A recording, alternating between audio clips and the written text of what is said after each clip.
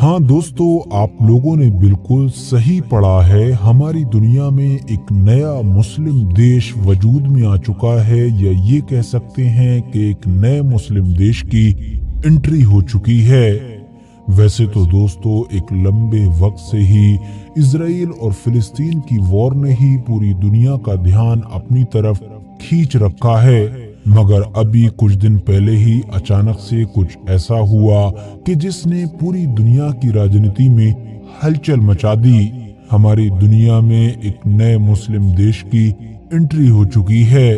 इस मुस्लिम देश के वजूद में आने से इसके आसपास के इलाकों में जो हंगामा होना था वो तो है ही, मगर उससे भी ज्यादा हलचल और उससे भी ज्यादा डर का माहौल अमेरिका, टर्की, इजिप्ट और इस तरह के कुछ और भी बाकी देशों में दिखाई दे रहा है। तो अब सवाल यही है कि आखिर ये देश है कौन सा, इसका नाम क्या है, ये कहां पर मौजूद है और क्या वजह है कि इसकी वजह से अब दुनिया के बड़े बड़े ताकतवर देश भी परेशान नजर आ रहे हैं। तो चलिए अपने इन सारे ही सवालों के जवाब जानने की कोशिश करते हैं। सबसे पहले तो रेड सी को देखिए। ये दरअसल वही इलाका है कि जो पिछले एक लंबे वक्त से दुनिया भर में चर्चाओं में है, क्योंकि इसी इलाके में ही यमन के हूतियों ने हलचल मचा रखी है। यही वजह है कि पिछले कुछ दिनों के अंदर आप लोगों ने भी बार बार इस इलाके को देख ही लिया होगा।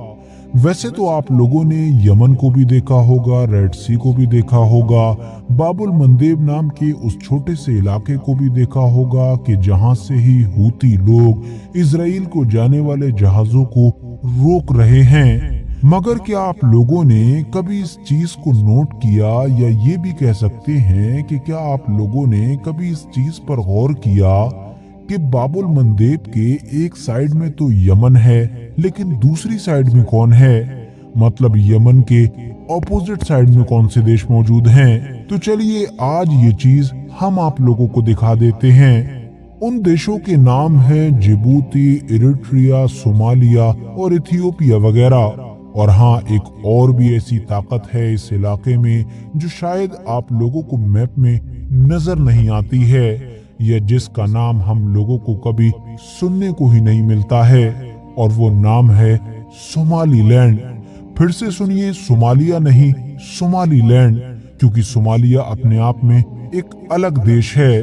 दोस्तों, यमन के ऑपोजिट में मौजूद ये एक छोटा सा इलाका है कि जो इतिहास में एक लंबे वक्त तक अंग्रेजों का, मतलब कि ब्रिटिशर्स का गुलाम हुआ करता था।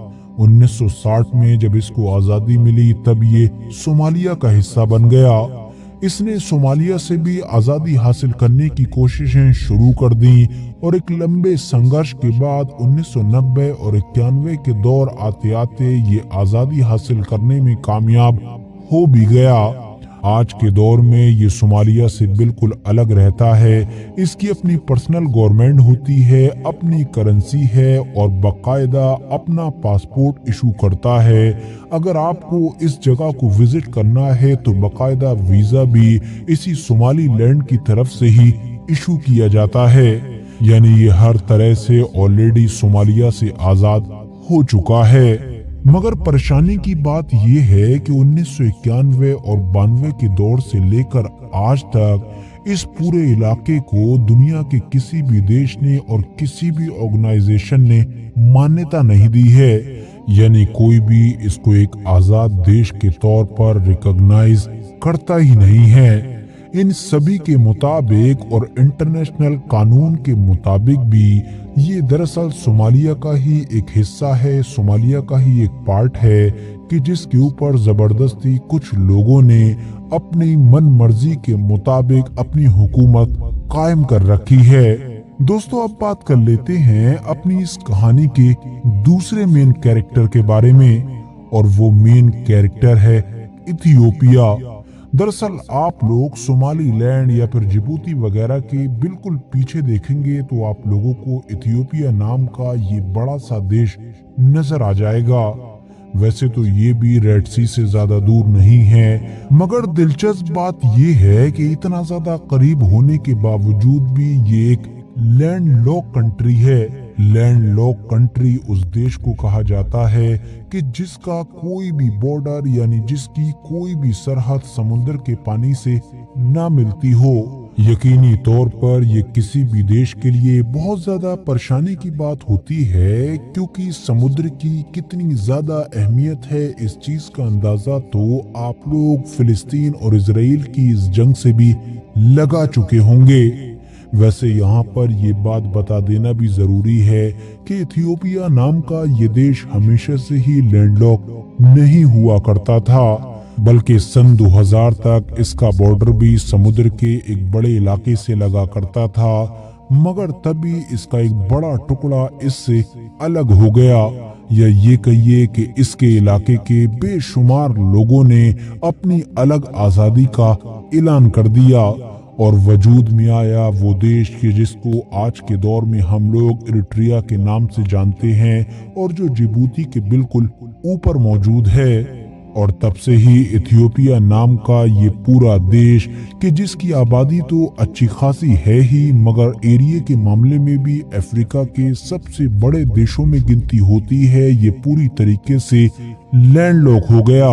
इथियोपिया को दुनिया के बाकी देशों से व्यापार वगैरह करने में काफी परेशानी होने लगी और जो कर भी पाता था उसमें पूरी तरीके से जिबूती जैसे देशों पर डिपेंड हो गया। मतलब जब वो चाहते तब ही इथियोपिया का व्यापार हो पाता, और जब उनके मन में आता कि हम इसको ब्लॉक कर देंगे तो जाहिर है इथियोपिया पूरी तरीके से कट जाता। यही वजह थी कि साथ ही साथ इथियोपिया एक लंबे वक्त से दूसरे ऑप्शन भी तलाश कर रहा था, यानी किसी तरह से ये कोशिश कर रहा था कि उसको भी समुद्र का कोई कोना मिल जाए या फिर कोई हिस्सा मिल जाए, चाहे अब वो कितना भी छोटा क्यों ना हो। और फाइनली एक लंबे वक्त के बाद जनवरी सन 2024 में इथियोपिया को कामयाबी मिल भी गई, क्योंकि उसने सोमालीलैंड नाम के उस इलाके के साथ एक बड़ी डील कर ली है कि जिसमें 50 से 60 लाख के करीब आबादी रहती है। एक ऐसी डील कि जिसने पूरी दुनिया की राजनीति में काफी हलचल मचा दी है।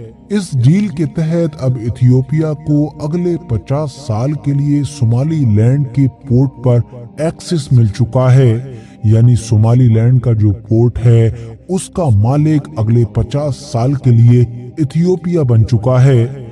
बदले में इथियोपिया ने सोमालीलैंड को पहली बार एक देश के तौर पर मान्यता दे दी है। और यहाँ पर गौर करने वाली बात यह है कि इथियोपिया पूरे इतिहास में दुनिया का वो पहला देश बना है कि जिसने सोमालीलैंड को एक देश के तौर पर, एक स्टेट के तौर पर रिकॉग्नाइज किया है, जो यकीनी तौर पर सोमालीलैंड के लिए बहुत बड़ी जीत है। यही वजह है कि इस डील के फौरन बाद पूरे सोमालीलैंड में एक बड़ा जलसा या फिर ये कहिए कि एक जश्न वगैरह भी मनाया गया है। इस डील के तहत जहां एक तरफ इथियोपिया अपने नेवी वगैरह तैयार करने में कामयाब हो जाएगा, तो वहीं दूसरी तरफ उसने सोमालीलैंड से इकोनॉमिकली उसकी हद से ज्यादा मदद करने का भी वादा किया है, यानी उसको तरक्की दिलाने में मदद करेगा। इस डील के कंप्लीट होने के बाद और इथियोपिया की तरफ से सोमालीलैंड को एक देश के तौर पर रिकॉग्नाइज करने के बाद सबसे गर्म रिएक्शन सोमालिया का आया, और जाहिर है इसकी तो पहले से उम्मीद भी थी। और बिल्कुल वैसा ही रिएक्शन सोमालिया के सपोर्टर अमेरिका या फिर इजिप्ट वगैरह का भी देखने को मिला।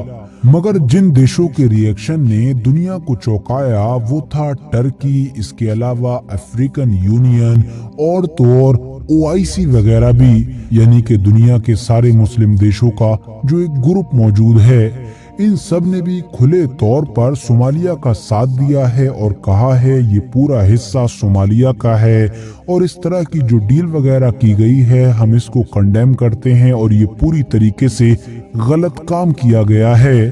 अब जाहिर है अमेरिका जब सोमालिया की सपोर्ट में है तो यूरोपियन यूनियन ने भी इस चीज को कंडेम ही किया है। और हाँ, अब सवाल ये है कि आखिर इन दोनों का भी किसी ने साथ दिया है या फिर नहीं, तो बिल्कुल दिया है, और वो सारे देश हैं कि जो अफ्रीका में ही साहिल के इलाके में मौजूद हैं और जिनमें पिछले कुछ सालों के अंदर हद से ज्यादा एंटी फ्रांस और एंटी वेस्ट माहौल देखा गया है। बल्कि फ्रांस का असर खत्म करने के लिए एक के बाद एक कई लगातार तख्ता पलट भी हुए हैं। हाँ दोस्तों, मैं बात कर रहा हूँ माली, बर्किना फासो, नाइजर जैसे उन सारे बेशुमार अफ्रीकन देशों के बारे में कि जहाँ पर पिछले 1-2 साल के अंदर ही एक के बाद एक तख्ता पलट हुआ है और साथ ही साथ फ्रांस आउट और वेस्ट आउट का नारा सुनाई दिया है।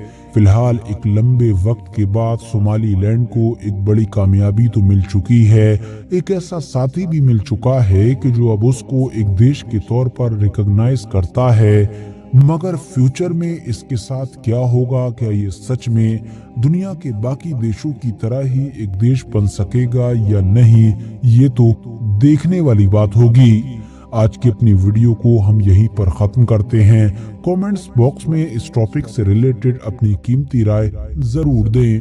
वीडियो पसंद आने पर न सिर्फ वीडियो को लाइक करें बल्कि अपने फ्रेंड्स के साथ भी ज़रूर शेयर करें, और इसी तरह की नॉलेजेबल और अपडेटेड वीडियोस हमेशा देखने के लिए हमारे इस चैनल को सब्सक्राइब करने के साथ साथ बेल आइकन को भी ज़रूर प्रेस करें।